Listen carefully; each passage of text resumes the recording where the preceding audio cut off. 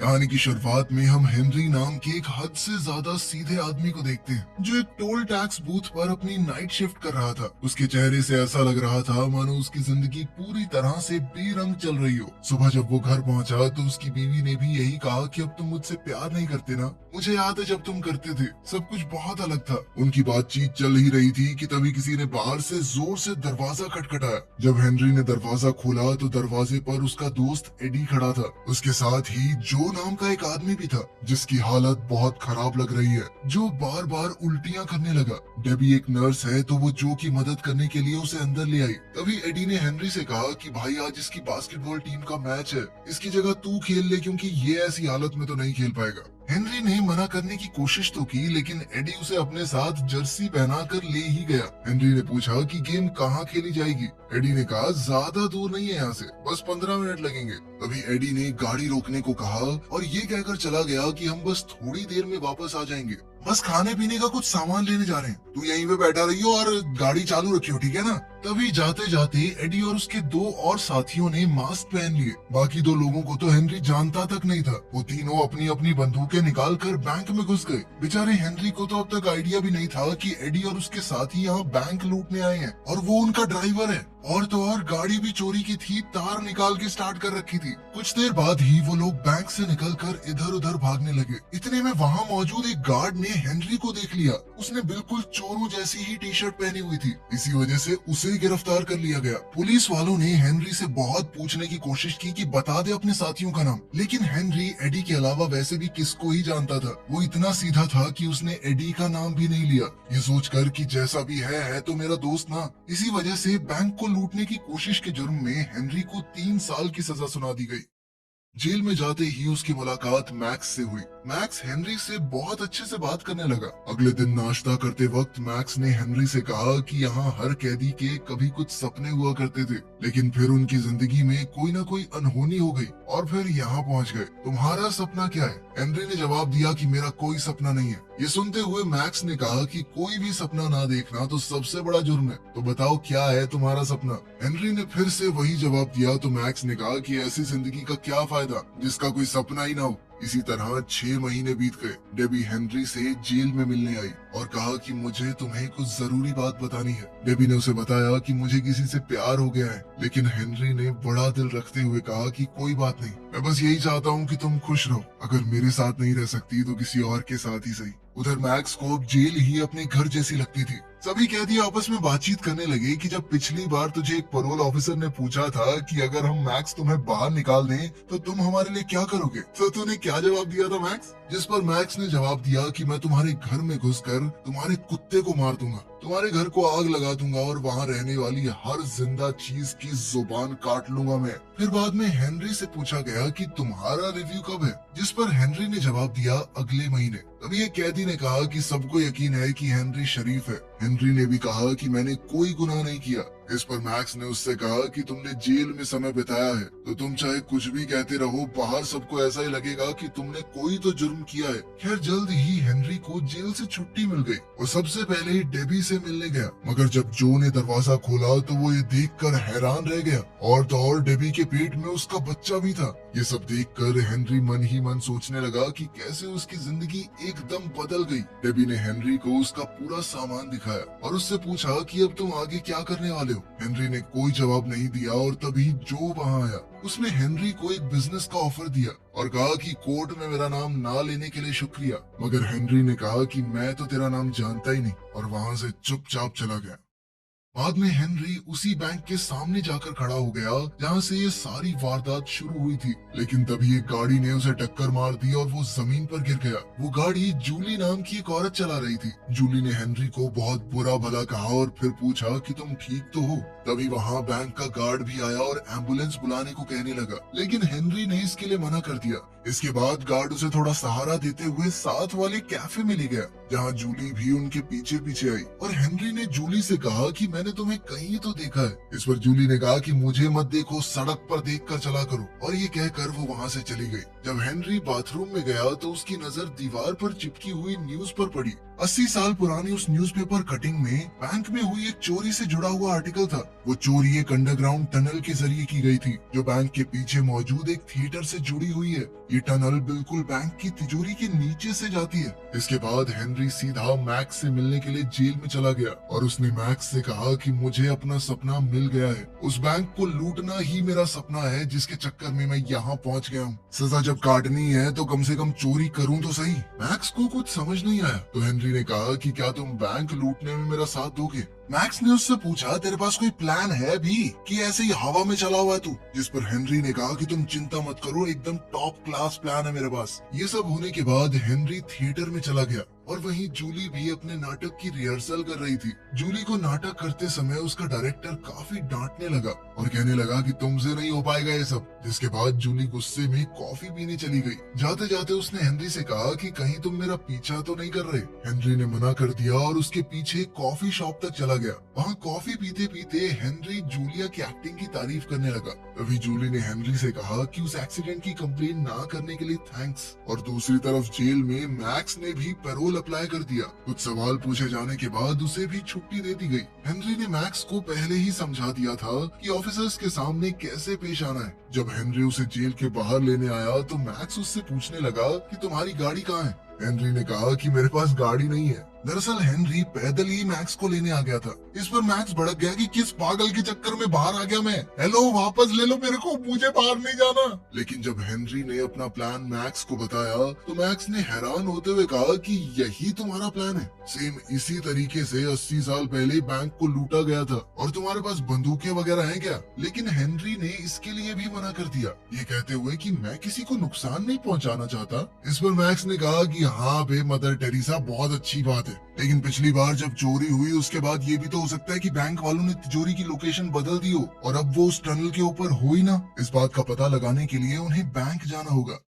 Bank में जाकर वो वहाँ के असिस्टेंट मैनेजर से मिले। उन्हें अंदर जाते हुए बैंक के गार्ड ने बहुत ध्यान से देखा। मैक्स ने बैंक के असिस्टेंट मैनेजर से बातचीत करते हुए बड़ी ही चालाकी से ये बात कंफर्म कर ली कि जब से बैंक को बनाया गया है तब से उसकी तिजोरी को कभी भी अपनी जगह से हिलाया नहीं गया। उसने ये सब इतनी चालाकी से किया कि मैनेजर को घंटा शक नहीं हुआ, लेकिन गार्ड की नजर अब भी उनके ऊपर थी। इसके बाद दोनों उस टनल की जाँच करने के लिए थिएटर में गए। वहाँ जूलिया हेनरी को फिर से देखकर हैरान हो गई और इस बार तो मैक्स भी उसके साथ था। लेकिन तभी मैक्स बोल पड़ा कि जब मैं जवान था तो मैंने यहाँ बहुत सारे प्लेस किए हैं, मैं हेनरी को यही दिखाने यहाँ लाया हूँ। आपको कोई एतराज तो नहीं अगर मैं थिएटर को अंदर से देख लूं? अंदर जाते हुए जूली ने मैक्स से पूछा कि वो कौन कौन से नाटक यहाँ कर चुके हैं। तो मैक्स ने सीधा शेक्सपियर का नाम दे दिया। फिर मैक्स ने कहा कि मेरी यहाँ बहुत सी यादें हैं, तो मैं थिएटर का कोना कोना देखना चाहता हूँ, जिसके लिए मैक्स को परमिशन मिल भी गई। मैक्स के जाते ही जूली ने हेनरी से पूछा कि ये तुम्हारे पिता हैं क्या, जिस पर हेनरी ने जवाब दिया कि नहीं नहीं, अच्छा दोस्त है सिर्फ। दूसरी तरफ थिएटर का एक आदमी मैक्स को थिएटर दिखाते हुए टनल वाले दरवाजे के पास ले गया और मैक्स उसका जायजा लेने लगा। दूसरी तरफ जब जूलिया ने हेनरी से सवाल किया कि तुम क्या करते हो,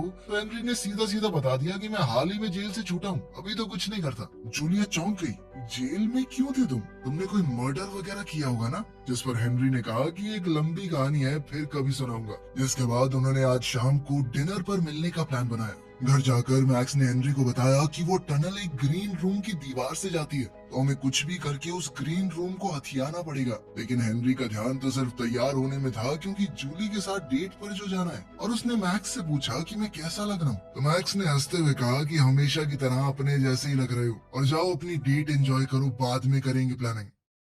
उनकी डेट के दौरान जूली ने हेनरी को बताया कि मैं बहुत बड़ी एक्ट्रेस बनना चाहती हूँ, मैं चाहती हूँ कि सब लोग मेरा नाम जानते हो। उनकी डेट के दौरान हेनरी ने जूली को पूरा सच बताया कि किस तरह उसे जेल हुई थी और अब वो सच में बैंक लूटना चाहता है। जूली उसका प्लान सुनकर हैरान तो काफी हो गई थी, लेकिन अब उसे हेनरी का साथ पसंद आने लगा था। फिर दोनों घर आ गए और अब उनके बीच की नजदीकियां बहुत ज्यादा बढ़ गई। अगली सुबह हेनरी और जूली मैक्स के घर गए, मगर मैक्स जूली को देखकर खुश नहीं था। तो हेनरी ने मैक्स से कहा कि टेंशन मत लो, ये हमारे साथ ही काम करेगी। लेकिन तभी मैक्स हेनरी को साइड में ले जाकर उस पर भड़क गया कि तुमने इसे पूरा प्लान क्यों बताया। थोड़ी देर बाद खाना खाते वक्त जूलिया ने मैक्स से सवाल पूछा कि तुम जेल में क्या कर रहे हो, जिस पर मैक्स ने बताया कि मैंने कई खून किए हैं। इस पर जूली ने उससे पूछा कि तुमने इतने सारे मर्डर किए, तुम्हें पकड़े जाने का डर नहीं था। इस पर मैक्स ने कहा कि मुझे जेल जाना पसंद है, मेरी तो फेवरेट जगह है वो। थिएटर जाते वक्त जूली और हेनरी को आइडिया आया कि क्यों ना हम इस थिएटर में ऑडिशंस रख दें,